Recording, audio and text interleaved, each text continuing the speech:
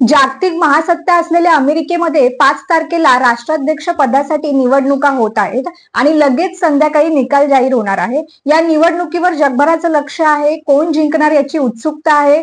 जसं भारतात राष्ट्रीय पातळीवर 2 मुख्य पक्ष आहेत, भाजप आणि काँग्रेस, तसंच अमेरिकेमध्येही 2 मुख्य पक्ष आहेत, एक डेमोक्रॅटिक पक्ष आणि दुसरा रिपब्लिकन पक्ष. सध्याचे राष्ट्राध्यक्ष आणि डेमोक्रॅटिक पक्षाचे अध्यक्ष जो बायडन यांनी नवीन राष्ट्राध्यक्ष उमेदवारासाठी भारतीय वंशाच्या कमला हॅरिस यांना पसंती दिली आहे. त्या उपराष्ट्राध्यक्ष म्हणून काम पाहत होत्या. तिथेच रिपब्लिकन पक्षाकडून डोनाल्ड ट्रम्प हे उमेदवार आहेत. आणि अगदी भारतामध्ये निवडणुका जवळ आल्यावर जसे प्रचार होतात, भाषणं होतात, एकमेकांवर आरोप प्रत्यारोप होतात, पुढचा अजेंडा सांगितला जातो, अगदी तसंच अमेरिकेच्याही राजकारणात होताना दिसतंय. या सगळ्याचा थोडक्यात आढावा घेणार आहोत. नमस्कार, मी स्नेहा आणि तुम्ही पाहत आहात से हाय टू स्काय. व्हिडिओला सुरुवात करण्यापूर्वी तुम्हाला विनंती आहे की जर तुम्हाला हा व्हिडिओ आवडला तर लाईक, शेअर आणि कमेंट करायला विसरू नका आणि चॅनलला सबस्क्राईब करायला विसरू नका. अमेरिका हा लोकशाही देश आहे, पण त्यांची लोकशाही आणि आपली लोकशाही यात मोठा फरक आहे. अमेरिकेच्या राजकारणात सध्या 2च पक्षांचा प्रभाव आहे, डेमोक्रॅट्स आणि रिपब्लिकन. आलटून पालटून या 2च पक्षांची सत्ता अमेरिकेमध्ये राहिलेली आहे. डेमोक्रॅट्स म्हणजे डेमोक्रॅटिक पार्टी हा थोडासा पुरोगामी राजकीय पक्ष आहे. नागरी हक्क, सामाजिक सुरक्षा, हवामान बदल या संदर्भात ते जास्त बोलताना दिसतात. बिल क्लिंटन, बराक ओबामा हे त्यांचे उमेदवार माजी राष्ट्राध्यक्ष राहिलेले आहेत आणि जो बायडन सुद्धा त्याच पक्षाचे आहेत. रिपब्लिकन पक्ष हा पारंपरिक विचारसरणीचा पक्ष आहे. त्याला ग्रँड ओल्ड पार्टी म्हणून सुद्धा ओळखलं जातं. डोनाल्ड ट्रम्प हे त्यांचे उमेदवार आहेत. इमिग्रेशन म्हणजे दुसऱ्या देशातून मोठ्या प्रमाणावर लोक अमेरिकेत स्थलांतरित होत आहेत याचा मुद्दा किंवा गर्भपाताचं समर्पण या संदर्भात ते जास्त बोलताना दिसत आहेत. एका सर्वेक्षणात 42% अमेरिकन लोकांना अर्थव्यवस्था हाताळण्यासाठी कमला हॅरिस यांच्यावर अधिक विश्वास आहे, तर 41% अमेरिकन लोकांनी ट्रम्प यांच्यावर विश्वास दाखवलेला आहे. दुसरीकडे जगातील सर्वात श्रीमंत उद्योगपती आणि टेस्ला मोटर्सचे सीईओ एलॉन मस्क यांनी डोनाल्ड ट्रम्प यांना पाठिंबा दिलेला आहे. त्यामुळे या निवडणुकीमध्ये चुरस निर्माण झाली आहे, कारण की दोन्ही बाजूने जोरदार शाब्दिक हल्ले, वादविवाद होत आहेत. कमला हॅरिस जर का या निवडणुकीत जिंकल्या तर त्या अमेरिकेच्या पहिल्या महिला राष्ट्राध्यक्ष बनतील आणि भारतासाठी ही अभिमानाची गोष्ट असेल, कारण त्या भारतीय वंशाच्या आहेत. पण दुसरीकडे पाहता अमेरिकेत स्थायिक भारतीय लोक ट्रम्प यांना पसंती देत आहेत, त्यांच्या पॉलिसीज आणि त्यांची धोरणं बघून.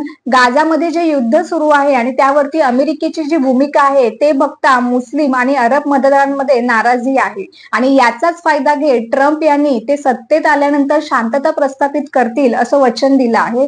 त्यावरती उत्तर म्हणून बायडन यांनी व्हाईट हाऊस मध्ये मोठ्या उत्साहात दिवाळी साजरी केली आहे.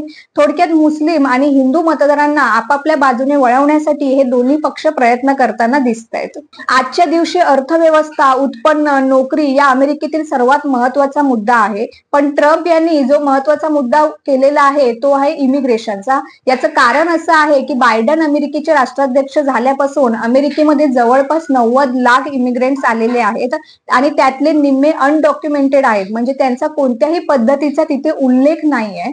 आणि ट्रम्प यांच्यासाठी हाच महत्वाचा मुद्दा आहे प्रचार करण्यासाठी. दुसऱ्या बाजूला ट्रम्प यांनी अमेरिका आणि बांगलादेशसह जगभरातील हिंदूंचं मानवी हक्काचं रक्षण करण्यासह कट्टरपंथी आणि जे धर्मविरोधी अजेंडे आहेत त्यांच्यापासून त्यांना वाचवण्याचं आश्वासन दिलं आहे. बांगलादेशातील हिंदू, ख्रिश्चन आणि इतर अल्पसंख्याक समुदायावरील हिंसाचाराचा आम्ही तीव्र निषेध करतोय आणि ही सगळी परिस्थिती अराजकतेकडे जाणारी आहे असं म्हणून ट्रम्प यांनी दिवाळीच्या शुभेच्छा दिलेल्या आहेत. आता ट्रम्प यांनी अराजकतेविषयी बोलणं हाच खरा एक विनोद आहे, कारण मागची निवडणूक हरल्यानंतर त्यांनी त्यांच्या समर्थकांनी काय केलं हे संपूर्ण जगासमोर आहे. इथे जे काही सर्वेक्षण झालेले त्यात असं दिसून येतंय की 10 पैकी 6 मतदारांना असं वाटतंय की सध्या देश चुकीच्या मार्गावर चालला आहे. अमेरिकेतील मतदारांचा तिथल्या राजकारणाविषयी आणि एकूणच राजकारण्यांविषयी जो काही दृष्टिकोन आहे तो जाणून घेतल्यानंतर हे लक्षात आलं की त्यातील 63% जनतेला अमेरिकेतील पॉलिटिकल सिस्टम आणि त्यांचं भविष्य याच्याविषयी बिलकुल विश्वास नाही. म्हणजे जशी परिस्थिती आपल्या भारतात दिसते तशीच काहीशी परिस्थिती अमेरिकेतील निवडणुकांबाबत सुद्धा दिसून येते. आता या निवडणुकांचा भारताच्या अर्थव्यवस्थेवर काय परिणाम होऊ शकतो? दोन्ही पक्ष आणि या दोन्ही पक्षांचे उमेदवार यांच्या पॉलिसीमध्ये मोठा फरक आहे. व्यापार, व्याजदर, इमिग्रेशन, आरोग्य या सर्व मुद्द्यांवर या दोघांमध्ये फार फरक आहे. म्हणजे भारतातील बँकिंग सिस्टम, आपला IT sector, pharmaceutical sector, auto sector, energy, real estate आणि इतर क्षेत्रांवर देखील तिथल्या निवडणुकांचा प्रत्यक्ष अप्रत्यक्षपणे परिणाम होऊ शकतो. जो अनालिसिस समोर येतोय त्याच्यानुसार जर का कमला हॅरिस जिंकल्या तर तिथल्या फेडरल रिझर्व्ह म्हणजे अमेरिकेची जी मध्यवर्ती बँक आहे ती कदाचित व्याजदर कमी करेल. त्यांनी व्याजदर कमी केले तर भारतामधली आपली रिझर्व्ह बँक ऑफ इंडिया सुद्धा व्याजदर कमी करेल. त्याचा आपल्या इथल्या बँकिंग सेक्टरला आणि एकूण अर्थव्यवस्थेला निश्चितच फायदा होऊ शकतो. याच्या विरोधामध्ये जर का ट्रम्प अध्यक्ष झाले तर व्याजदर जैसे ते राहू शकतात किंवा अधिक वाढवले जाऊ शकतात.